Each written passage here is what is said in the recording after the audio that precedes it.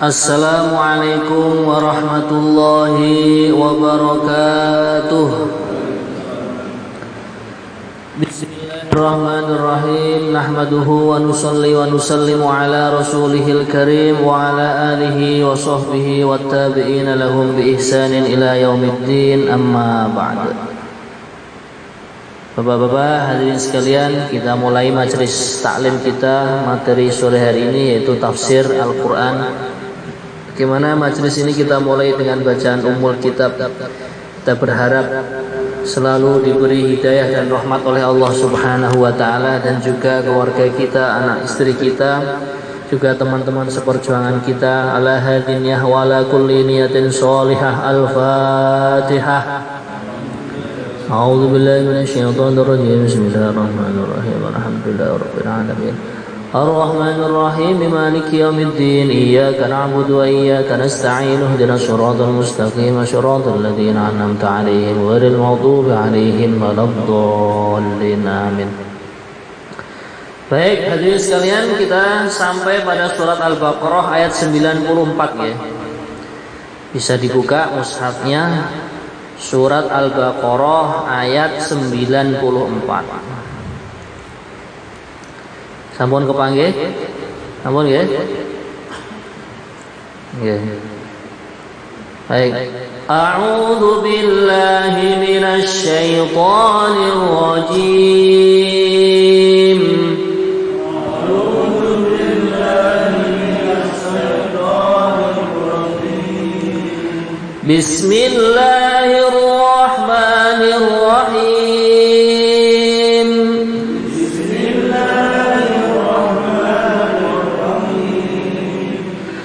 قل إن كانت لكم الدار الآخرة عند الله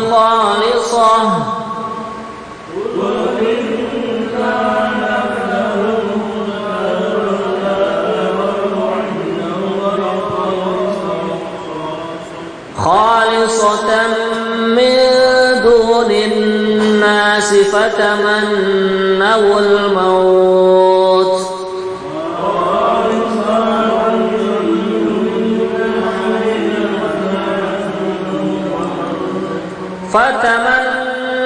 الموت إن كنتم صادقين.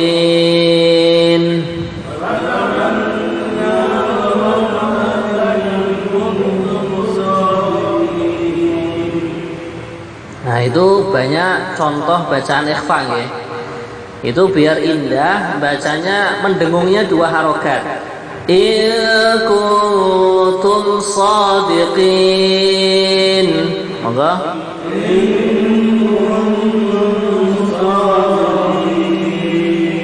Walan yatamannawhu abadan bima qaddamat aydihim.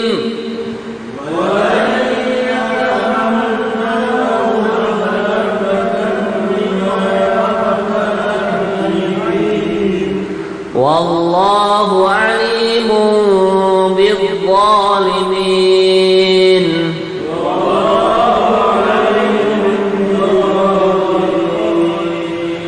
وَلَتَجِدَنَّهُمْ أَحْرَصَ النَّاسِ عَلَى حَيَاةٍ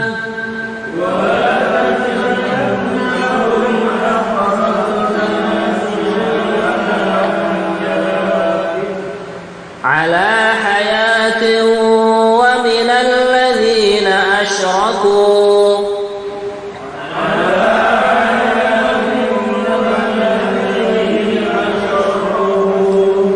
يود أحدهم لو يعمر 1000 سنة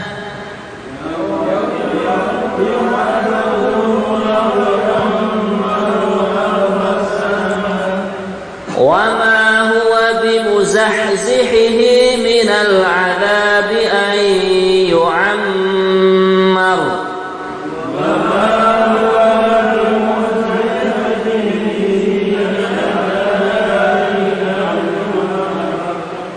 niku contoh bacaan idgham bi gunnah. Minal adzabi ay yu'ammar Monggo.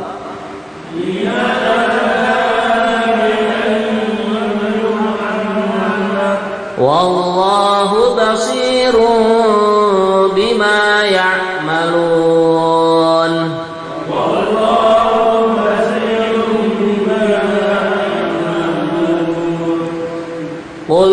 Qul man kana aduwwan li Jibril fa innahu nazzalahu ala qalbik.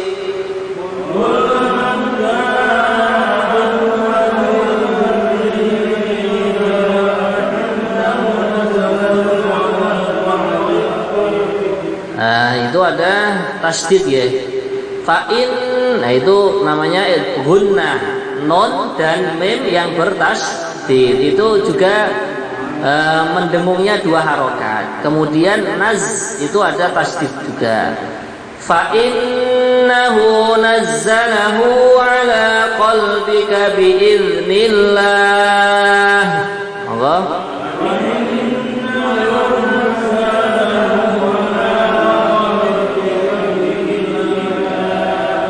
Musaddiqan lima baina yadayhi wa hudan wa bushra lil mu'minin.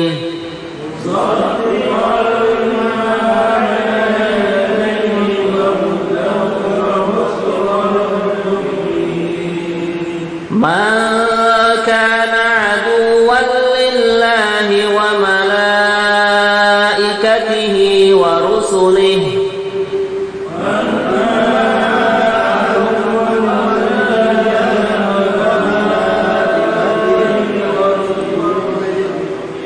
rusulihi wa Jibril wa Mikal fa inna Allaha aduwwun lil kafirin.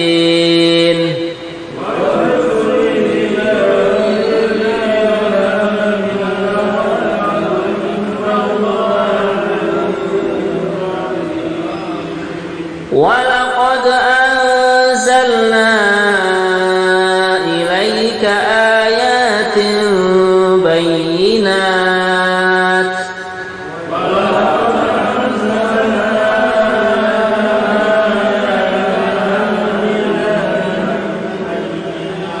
wa ma yakfuru biha illa al-fasiqun.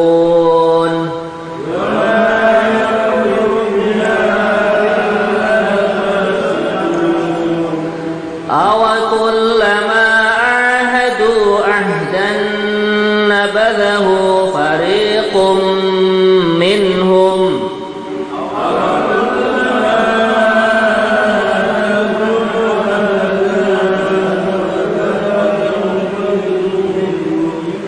bal aktsaruhum la yu'minun.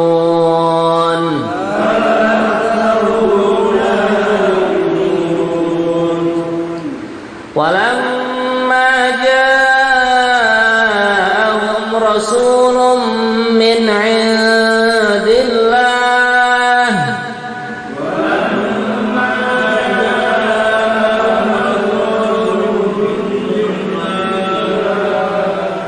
musaddiqun lima ma'ahum nabadha fariqum minal ladzina utul kitab.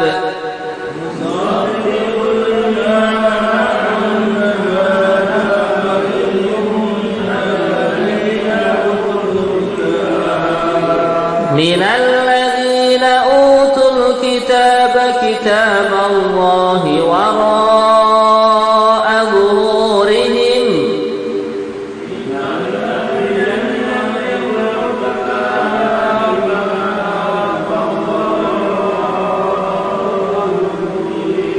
wara'a zuhurihim ka'annahum la ya'lamun.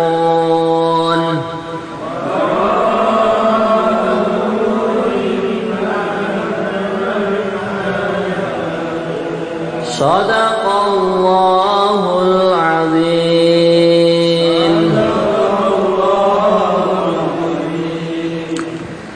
Baik, kita akan bacakan terjemahannya. Bismillahirrahmanirrahim. Qul in kanat lakumud darul akhiratu 'indallahi khalisatan min dunin nas fatamannawul mauta in kuntum shadiqin. Katakanlah wahai Muhammad, jika negeri akhirat di sisi Allah Subhanahu wa taala khusus untukmu saja, bukan untuk orang lain, maka mintalah kematian jika kamu orang yang benar. Jadi hadirin sekalian, ayat ini adalah ada kaitannya dengan ayat yang sebelumnya. Jadi orang-orang Yahudi mengatakan kalau seandainya kita itu dimasukkan kepada neraka, nah, seandainya kita dimasukkan neraka, toh hanya beberapa hari saja, katanya begitu. Di dalam ayat yang lain mereka mengatakan kalau seandainya kami masuk surga, ya memang surga itu dikhususkan untuk orang-orang Yahudi. Nah, maka disinilah Allah membantah pendapat mereka. Allah membantah pemikiran mereka dengan ayat ini. Qul in kanat lakumud darul akhiratu 'indallahi khalisatan min dunin nas. Jadi baginda Nabi diperintahkan oleh Allah Subhanahu wa taala, wahai Muhammad, kamu katakan kepada mereka.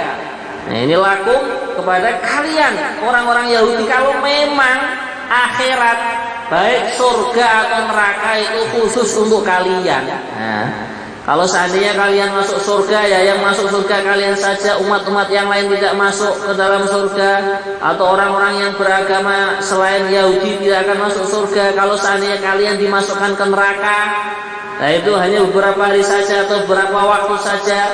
Maka sekarang fatamannawul maut, kalau begitu kalian mintalah mati. Nah, waktu itu hadirin sekalian, tidak ada satu orang Yahudi pun yang minta mati, karena memang mereka itu adalah yaitu saja hanya omong doang, ya. Mereka tidak ada keyakinan yang benar. Apa yang mereka sampaikan itu ternyata tidak ada bukti kebenarannya. Toh akhirnya mereka pun tidak mau minta kematian, karena mereka tahu ini sudah ditantang oleh Allah Subhanahu wa taala. Kalau seandainya kita mengiyakan, ya kalau gitu kita matikan kita saja. Langsung katanya dalam tafsir itu mereka akan mati seketika. Maka hadirin yang dirahmati Allah Subhanahu wa taala, inilah busuknya keyakinan orang-orang Yahudi. Nah, yang mana mereka mengatakan kalau seandainya kita masuk neraka pun hanya beberapa waktu saja. Kalau seandainya kita masuk surga, ya masuk surga dikhususkan untuk kami orang-orang Yahudi. Maka hadirin sekalian, pada ayat yang berikutnya, ayat 95, wala yatamannahu abadan bima qaddamat aydihim wallahu alimun bidzalimin. Yang artinya, tetapi mereka tidak akan menginginkan kematian itu sama sekali, karena dosa-dosa yang telah dilakukan tangan-tangan mereka, dan Allah Maha mengetahui orang-orang yang berbuat kezaliman. Nah, makanya hadirin sekalian, ayat berikutnya langsung Allah menerangkan, ini kalian sudah ditantang oleh Allah untuk minta kematian. Kalau memang surga itu katanya khusus untuk kalian, akhirat itu hanya untuk orang-orang kaum Yahudi, ya, mereka sama sekali tidak mau minta. Nah, bahkan ini yang diceritakan tadi, kalau seandainya mereka minta, ya langsung mati mereka. Dan mereka juga tahu kalau seandainya kami mati, ya kami akan masuk neraka yang kekal abadi selama-lamanya. Karena itu memang sudah diterangkan di dalam kitab yang Allah turunkan kepada Nabi Musa, yaitu kitab Taurat. Nah, sekarang hadirin sekalian, mereka itu tahu kalau kami masuk neraka juga akan selama-lamanya. Maka kalau begitu ya sudahlah. Ini orang-orang Yahudi itu kepinginannya apa? Umurnya panjang. Karena kenikmatan mereka ya hanya ketika di dunia itu saja. Nah, maka di dalam ayat ini, ayat yang berikutnya, ayat 96, wala tajidannahum ahrasan nasi ala hayah. ومن الذين أشركوا يود أحدهم لو يعمر 1000 سنة وما هو بمزحزحه من العذاب أن يعمر والله بصير بما يعملون, yang artinya dan sungguh engkau Muhammad akan mendapati mereka orang-orang Yahudi, manusia yang paling tamak akan kehidupan dunia, bahkan lebih tamak dari orang-orang musyrik. Masing-masing dari mereka ingin diberi umur 1000 tahun, nah, bukan hanya 100 tahun ya, malah sampai mereka berkeinginan diberi umur 1000 tahun. Padahal umur panjang itu tidak akan menjauhkan mereka dari azab, dan Allah Subhanahu wa taala Maha melihat apa yang mereka kerjakan. Nah, maka ini hadirin sekalian, ketika mereka ditantang, kalau memang kalian berkeyakinan dunia itu sebentar, kemudian nanti di akhirat pun katanya kalau kalian diadab ya sebentar saja, itu yang kalian katakan kepada kami orang-orang Islam. Kalau seandainya kalian masuk surga, ya surga itu hanya dikhususkan untuk orang-orang Yahudi. Ternyata hadirin sekalian, Allah memberitahu kepada baginda Rasulullah SAW, sama sekali mereka itu sebenarnya tidak akan mengharap kematian, bahkan mereka itulah kamu akan mendapatkannya wahai Muhammad yang paling ngetowo, paling rakus, paling tamak supaya hidup di dunia diberi umur yang panjang.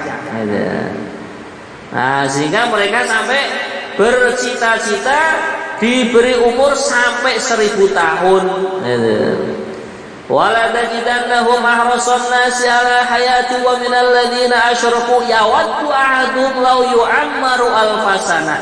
Ini dalilnya, mereka sampai sebagian orang Yahudi itu berkeinginan itu tadi diberi umur yang panjang di dunia, karena mereka tahu kalau nanti saya dimasukkan ke akhirat, sudah mati masuk akhirat, tentunya masuk neraka dan itu selama-lamanya. Maka mendingan ya sudah kita minta umur yang panjang aja di dunia gitu.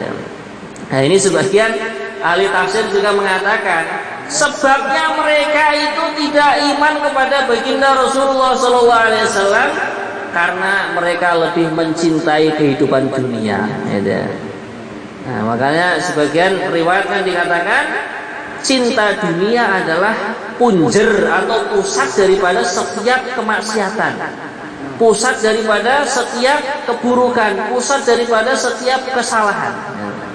Makanya kita sebagai orang yang beriman kepada Allah, beriman kepada baginda Rasulullah SAW, yakin seyakin-yakinnya kalau memang saya ditakdirkan jadi orang kaya, maka walaupun saya mengalah urusan dunia, nanti ada saja asbabnya Allah akan datangkan harta kepada saya. Tapi sebaliknya, kalau memang saya ditakdirkan menjadi orang miskin atau orang melarat, walaupun hatiku ini rakusnya kepada dunia, nggak karo-karuan, ya harta benda itu nggak akan datang. Makanya dulu para sahabat itu mengatakan, sebagian mereka yang diberi keistimewaan harta oleh Allah, diberi amanat, banyaknya rezeki, mereka mengatakan dunia itu hanya berada di tangan kami, tidak sampai masuk ke dalam hati. Nah, makanya hadirin sekalian, kita ambil pelajaran ya, bagaimana yang menjadikan asbab yang terbesar juga untuk orang-orang Yahudi mereka tidak beriman kepada baginda Rasulullah SAW, kepada Al-Quran, diantaranya adalah sebabnya mereka rakus terhadap kehidupan dunia. Kemudian hadirin yang dirahmati Allah, ayat yang berikutnya ayat 97. Nah, sebelumnya kita sedikit membaca ayat wallahu basirun bima ya'malun, dan Allah lah Maha melihat dengan apa saja yang mereka kerjakan. Jadi kita sebagai orang beriman, yang beriman kepada Nabi Muhammad, beriman kepada Al-Quran, dengan gerakan-gerakan orang-orang non-muslim, monggo silakan.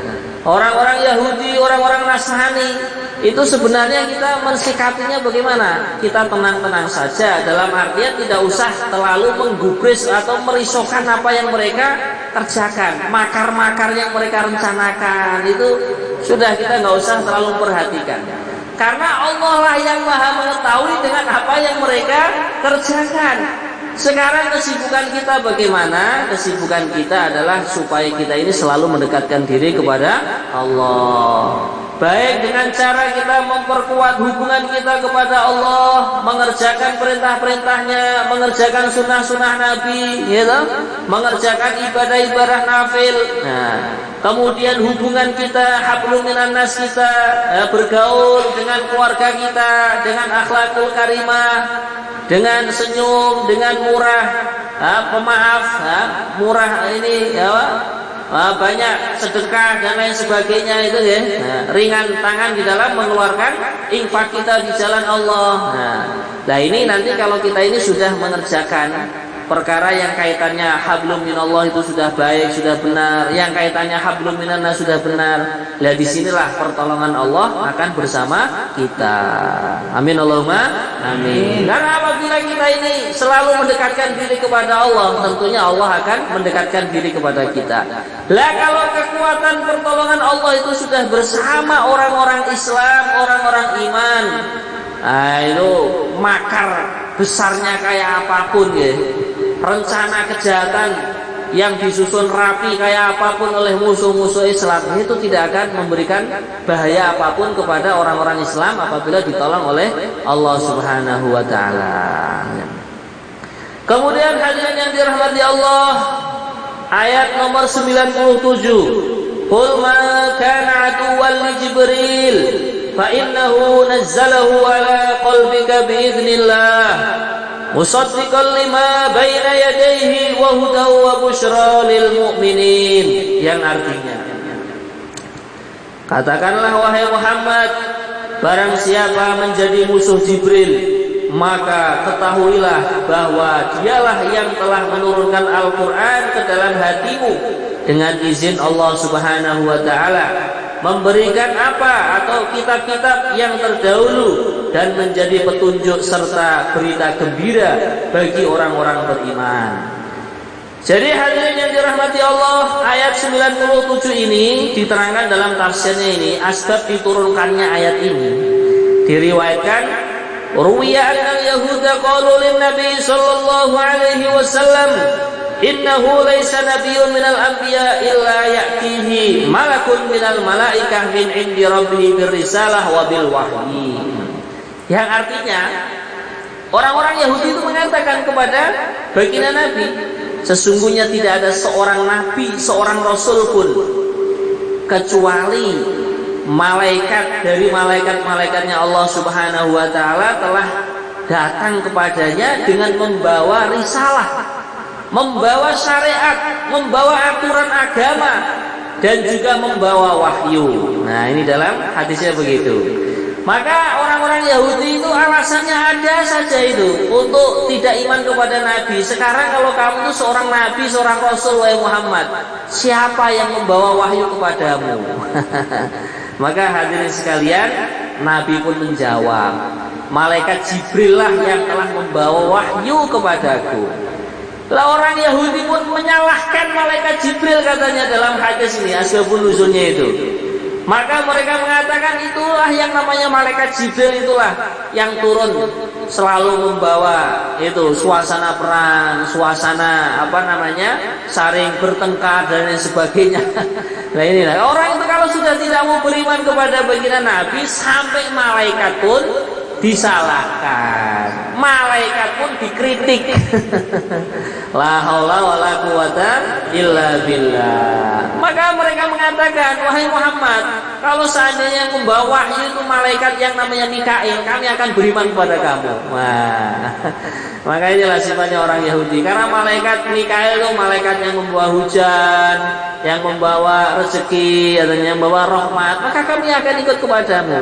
Nah, maka inilah hadirin sekalian, akhirnya Allah Subhanahu wa taala turunkan ayat ini. Katakanlah wahai Muhammad, barang siapa yang dia memusuhi Jibril. Nah, sesungguhnya dialah Jibril yang telah membawa wahyu kepada hatimu, membawa turun wahyu pada hatimu dengan izinnya Allah Subhanahu wa taala. Yang mana isinya wahyu tersebut yaitu Al-Qur'anul Karim, musaddiqan lima baina yadayhi wa hudaw wa busyra lil mu'minin. dia membenarkan dengan kitab-kitab, dengan mushaf-mushaf atau lembaran-lembaran yang telah diturunkan kepada umat-umat sebelumnya.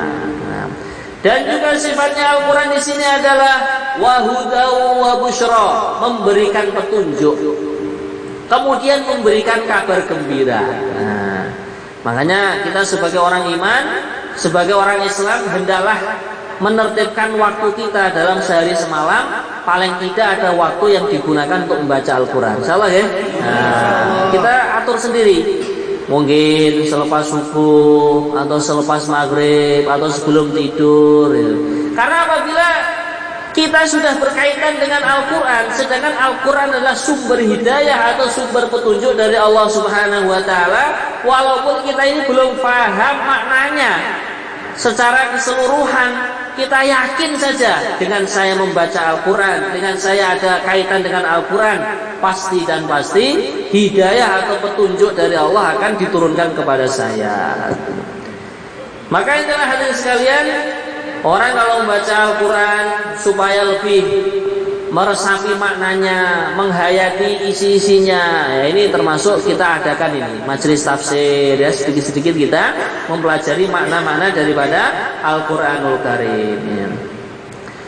Kemudian ayat yang berikutnya hadirin yang dirahmati Allah Subhanahu wa Ta'ala, ayat 98, ma kana aduwwan lillah wa malaikatihi wa rusulihi wa jibrila fa innallaha aduwwul lil kafirin. Hadirin sekalian, yang artinya ayat 98, barang siapa yang menjadi musuh Allah, malaikat-malaikatnya, rasul-rasulnya, Jibril dan Mikail, maka sesungguhnya Allah musuh bagi orang-orang kafir. Jadi Allah menjelaskan secara soreh atau secara jelas, secara gamblang ya, tanpa aling-aling, tanpa sindiran, langsung. Orang kok menjadi musuhnya Allah, menjadi musuhnya malaikat-malaikatnya. Sedangkan Allah Subhanahu wa Ta'ala memiliki malaikat yang jumlahnya kita tidak bisa menghitung. Lah kok yang dihafalkan hanya 10 saja, Pak? Malaikat Jibril, Mikail, sampai malaikat Malik dan malaikat Ridwan. Itu yang wajib diketahui oleh orang-orang yang beriman kepada Allah. Ada 10 itu jumlah malaikat yang wajib diketahui dan dihafalkan. Maka inilah termasuk PR untuk diri kita, untuk mengajari anak-anak kita, keluarga kita, termasuk sudah disampaikan di dalam Aqidatul Awam ya. 10 malaikat yang wajib diketahui oleh orang-orang Islam atau orang-orang yang beriman kepada Allah Subhanahu wa Ta'ala. Sesungguhnya Allah mempunyai malaikat yang lebih banyak lagi. Ada malaikat yang menyangga arasnya Allah, ada malaikat yang menggerak-gerakkan kita, malaikat hafadzah ya, atau malaikat yang menjaga tubuh kita ya. Ini semua kok kita orang kok memusuhi malaikat-malaikatnya Allah, ini hakikatnya apa? Dia ini akan menjadi musuhnya Allah Subhanahu wa Ta'ala. Kemudian kok dia menjadi musuhnya utusan-utusan Allah. Makanya kita tidak boleh membenci orang-orang yang mendakwahkan agama, karena pintu kenabian sudah ditutup, yaitu oleh baginda Rasulullah SAW. Akan tetapi kelestarian agama ini harus berlangsung sampai hari kiamat. Dan siapa yang menjaga ini? Yaitulah para dai-dainya Allah. Nah itu dainya nggak benar ya Pak. Nah kita tidak boleh suudzon lah ya. Pokoknya setiap ada orang yang menyampaikan agama, entah lewat podium, mimbar, atau lewat sekarang nih dunia elektronik ya, lewat YouTube dan lain sebagainya. Intinya kalau disampaikan, yang disampaikan adalah perkara agama, kita berbaik sangka kepada dia. Jangan-jangan itu salah satu kekasih Allah Subhanahu wa Ta'ala yang menyampaikan agama. Maka inilah sekalian, kemudian orang yang menjadi musuhnya malaikat Jibril, malaikat Mikail, ini secara jelas. Karena orang-orang Yahudi mereka sangat membenci kepada malaikat Jibril itu. Mereka mengatakan tadi ini malaikat pembawa malapetaka yang menjadikan suasana perang, menjadikan suasana bertengkar gitu. Makanya hadirin sekalian, di sini Allah pertama menjelaskan malaikatihi secara umum. Kemudian di sini Allah menjelaskan secara khusus. Ini di sini kalau menurut ilmu balaghah, inilah saking tingginya kedudukan malaikat Jibril karena menjadi perantara antara Allah dan para rasulnya di dalam menyampaikan wahyu. Allah muliakan dengan kemuliaan yang lebih daripada malaikat-malaikat yang lain. Kemudian juga di dalam tafsir diceritakan bukan hanya saja membenci malaikat-malaikat Allah, membenci setiap kekasih-kekasih Allah. Kalau orang Jawa itu bilangnya wali. Lah wali itu siapa? Itu di dalam kitabnya Imam Nawawi beliau menjelaskan namanya wali adalah al-mu'min al-mulazim fi ta'atillah. Seorang yang dia punya iman kepada Allah, yang dia selalu istiqomah taat kepada Allah. Nah, jadi jangan hanya kita memahami namanya wali yang pandai bicara, yang jangan-jangan orang-orang yang bersih-bersih di masjid atau menjadi merbot ya, atau bahkan bersih-bersih di toiletnya. Jangan-jangan mereka itu malah juga termasuk kekasihnya Allah yang mastur. Nah, atau karomahnya itu ditutupi oleh Allah Subhanahu wa taala. Pokoknya siapa saja yang kita lihat kok dia orang yang beriman kepada Allah, kemudian dia istiqomah di dalam amal kebaikan, di dalam mentaati Allah, ini jangan-jangan adalah salah satu kekasihnya Allah. Lah orang yang menyakitkan hati, bukan hanya menyakiti fisiknya saja, menyakitkan hatinya orang yang menjadi kekasihnya Allah, itu ada hadis yang jelas. Man adali waliyan faqad adzantuhu bil harb. Allah Subhanahu wa taala berfirman dalam hadis qudsi, orang yang menyakitkan hati wali-walinya Allah, kekasih-kekasihnya Allah, ketahui saya telah mengizinkan kepada kalian untuk perang sama dia.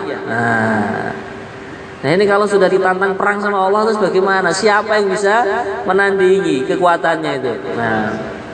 Makanya kita kepada orang yang beriman kepada Allah, orang yang selalu istiqomah taat kepada Allah, kita harus hati-hati. Baik di dalam bertutur kata, baik dalam bersikap, Nah, kita usahakan jangan sampai menyakitkan hatinya kekasih-kekasih Allah. Salah ya? Nah, ini.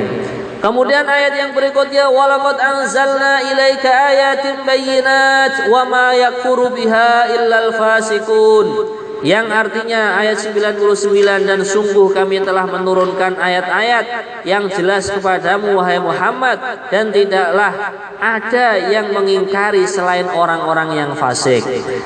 Jadi ayat ini menerangkan hadirin sekalian bahwasanya Al-Quran yang Allah turunkan kepada baginda Rasulullah SAW, disitulah ada tanda-tanda keagungan Allah.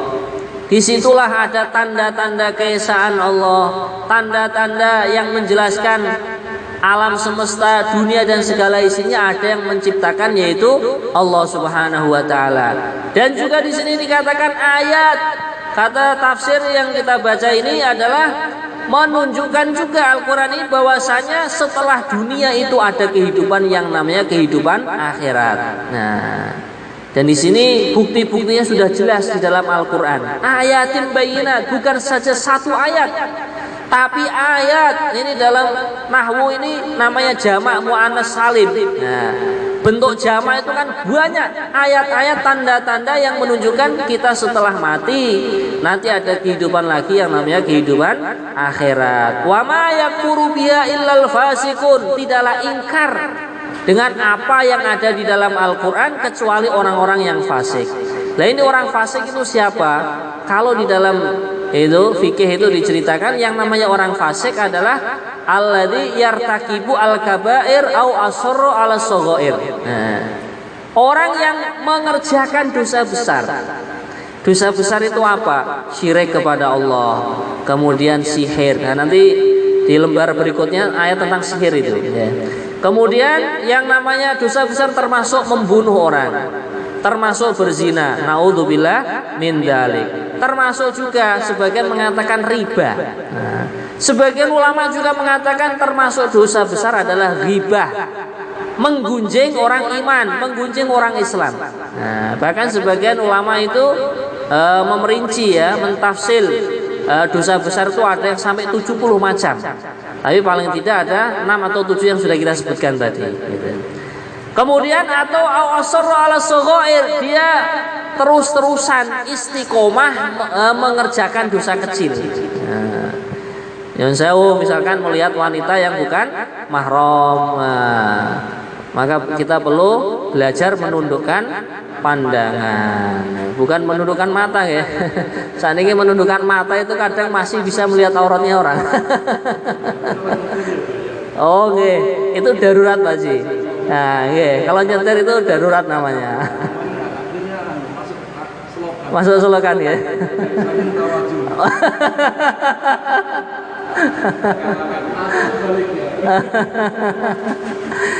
Kalau nyetir atau sedang naik motor itu namanya darurat. Darurat itu namanya dalam fikih itu ad-daruratu tubihul mahdurat. Keadaan darurat itu boleh mengerjakan perkara yang dilarang. Seperti itu.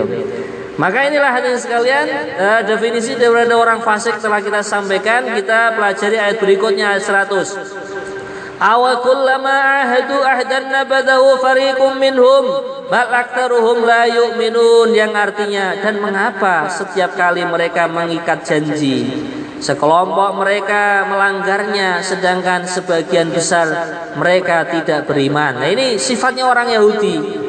Kalau mereka berjanji selalu mengingkari. Maka kalau kita berbicara, itu kan diajari oleh guru-guru kita mengatakan insya Allah kalau ada kesempatan saya siap. Nah, maka kita jangan mudah, dalam fikih juga diceritakan itu Imam Syafi'i menasihati kalian jangan mudah berjanji, karena berjanji itu madorotnya atau anunya itu tuntutannya besar sekali. Paling tidak niatlah, saya niat. Gitu. Saya tidak mengatakan janji, tapi saya niat. Gitu. Maka inilah hadirin sekalian, mereka orang-orang Yahudi kalau berjanji selalu mengingkarinya. Nabadahu fariqum minhum bal aktsaruhum la yu'minun, bahkan kebanyakan dari mereka tidak beriman. Walamma ja'ahum rasulun min indillah musaddiqul lima ma'ahum nabadha fariqum minal ladzina utul kitaba kitaballah wara'a zuhurihim ka'annahum la ya'lamun, yang artinya, dan setelah datang kepada mereka seorang rasul atau Muhammad dari Allah Subhanahu wa taala yang membenarkan apa yang ada pada mereka, sebagian dari orang-orang yang diberi kitab atau Taurat melemparkan kitab Allah itu ke belakang atau punggung seakan-akan mereka tidak tahu. Nah, inilah sifat orang Yahudi hadirin sekalian. Sudah diberi utusan akhir zaman yang bernama baginda Nabi Muhammad SAW untuk menyampaikan agama kepada mereka, menyampaikan perkara yang benar kepada mereka. Malah kitab yang diberikan kepada Nabi Muhammad disampaikan kepada orang-orang Yahudi diremehkan. Nah, ditaruh di punggungnya, apa ini? Nah, maka ini kita tidak baik. Nah, bahkan sebagian ulama juga itu menganjurkan kalau kita membawa kitab agama itu dibawa di depan kita.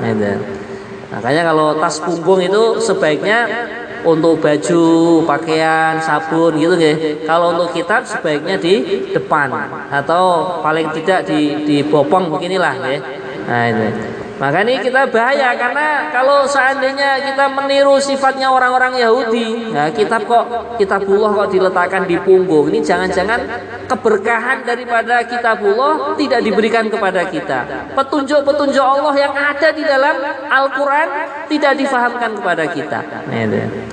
Makanya kita kepada kitabullah hendaknya ada rasa bagaimana gitu ya, menghormati bahkan memuliakan. Sehingga keberkahan-keberkahan yang Allah titipkan, hikmah-hikmah Allah yang diletakkan di dalam Al-Quran ini akan lumeber ya, akan berkesinambungan dicurahkan kepada kita, dicucurkan kepada kita semua. Gitu. Ini sifatnya orang Yahudi ketika didatangi oleh baginda Rasulullah SAW, disampaikan kepada mereka tentang Al-Quran, padahal isinya Al-Quran, dia membenarkan apa yang ada di dalam kitab mereka, yaitu kitab Taurat, tapi malah mereka menyepelekan, bahkan menghinakan Al-Quran diletakkan di punggung mereka. Kemudian setelah itu ka'annahum la ya'lamun, mereka pura-pura seakan-akan tidak tahu. Nah, seakan-akan tidak tahu dengan apa yang sudah mereka kerjakan. Maka inilah hadirin sekalian bagaimana beberapa hikmah atau ilmu yang kita baca pada sore hari ini, kita minta kepada Allah supaya diberikan barokah dan manfaatnya kepada kita semua, sehingga kita bisa mengamalkan dan menyampaikan dalam kehidupan kita, insya Allah. Baik, sebelum kita tutup mungkin ada pertanyaan, monggo Pak Jiren ya, yang sebuah. Nggih. Nggih. Bahwa sehebat apapun kecerdasan otak manusia, Nggih. daya dan pertolongan Allah, Nggih. orang yang sesat dan mati fasik. Nggih. Contohnya orang-orang Yahudi memang banyak yang cerdas, jenius. Nggih. Orang tahu di Taurat sendiri sudah disebutkan bahwa surga karena tahu semuanya. Ya. Malaikat juga tahu, tapi karena tidak mendapatkan hidayah, walaupun kita ngaji setiap hari, kalau tidak Iya. dapat hidayah tetap dihinakan oleh Allah Subhanahu wa Ta'ala. Nggih. Intinya menurut saya seperti itu. Nggih. Alhamdulillah, pun jelas ya. Nggih. Makanya kita kalau sholat itu membaca Fatihah ketika di dalam ayat ihdinas siratal mustaqim, itu betul-betul kita resapi dalam hati. Ya Allah, selalulah berikan petunjuk kepada kami jalan yang lurus. Karena termasuk itu mustajabnya doa itu apabila apa yang kita ucapkan itu satu kata dengan hati kita. Kalau kita hanya membaca ihdinas siratal mustaqim, hati kita kok tidak meresapinya, tidak merenunginya. Nah ini cara kiai niku mustajabai donga niku kirang. Gitu.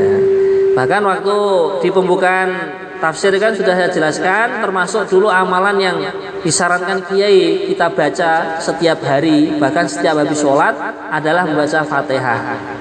Nah, Fatihah diulang sampai 21 kali. Nah, kalau punya hajat-hajat yang besar 41 kali. Karena ada hadis yang menerangkan Al-Fatihatu lima quri'at lahu. Fatihah itu sesuai niat yang membaca. Niatnya apa pasti dikabulkan gitu. Makanya itu termasuk bentuk latihan kita supaya hikmah atau fadilah daripada Fatihah itu kita dapatkan.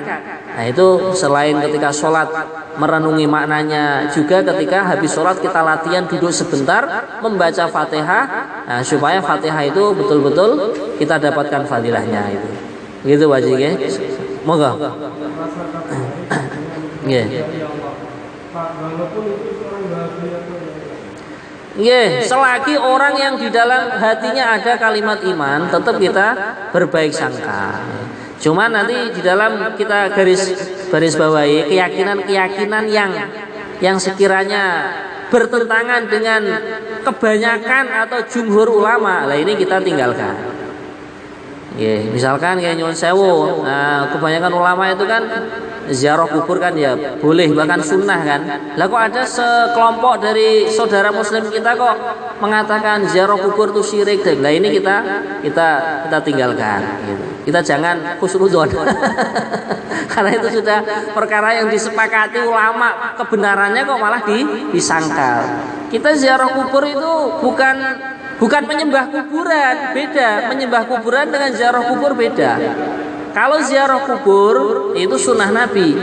Nah, karena ada hadis yang jelas, karena kuntu nahaitukum an ziyaratil kuburi fazuruha. Nah, memang saya dulu di awal-awal Islam kata begini pernah melarang kalian untuk ziarah kubur.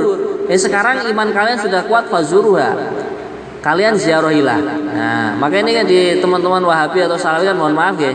Itu kan mereka nggak usah ziarah kuburan itu perbuatan syirik. Padahal ini adalah sudah amalan sunnah yang disepakati oleh jumhurul ulama atau kebanyakan ulama. Bahkan baginda Nabi sendiri mencontohkan hadis fi'li, hadis secara perbuatan.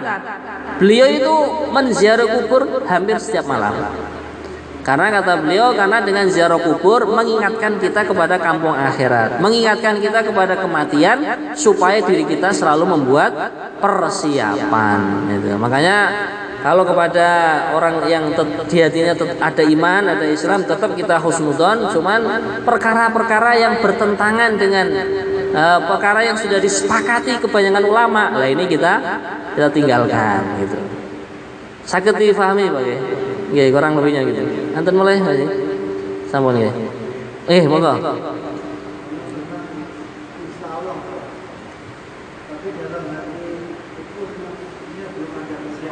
Nggih. Nggih. Nggih, kalau insya Allah di situ ada yang mengatakan lit tabarruk. Nah, lit tabarruk itu ngalap berkah.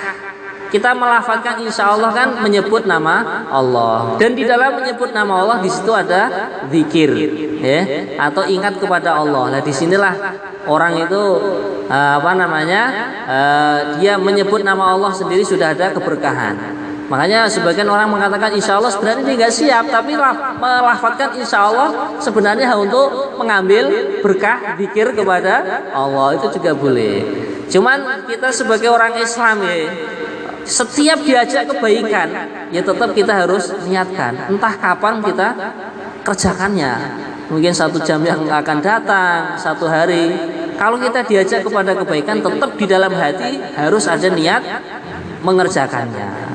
Nah, makanya kalau sifatnya itu ajakan kepada kebaikan, ya tetap kita niat mengerjakannya, entah waktunya kapan, ya sesuai yang dikehendaki oleh Allah. Maka maknanya insya Allah kan, ya saya siap mengerjakannya apabila dikehendaki oleh Allah Ta'ala. Itu. Nah, ada juga orang yang bilang insya Allahnya itu memang sudah betul-betul siap, itu juga ada. Oke, baik, ada lagi yang bertanya, silakan. Oke, monggo. Masalah? Nggih. Nggih. Nggih. Kafaratnya sudah dibahas di fikih, mungkin bisa dirujuk kembali. Di antaranya adalah puasa 3 hari. Nggih. Puasa 3 hari, kalau kita pernah ingat, aku pernah punya janji belum saya tepati. Nah, nanti setiap 1 janji itu kafaratnya adalah puasa 3 hari. Atau bersedekah setiap 1 harinya 1 mud. 1 mud dari beras. 1 mud itu kurang lebih 7 on. Berarti 7 kali 3 21 on ya. Kurang lebih 2 kilo 1 on. Nah, kurang lebihnya begitu. Atau kalau seandainya ada budak, boleh memerdekakan budak.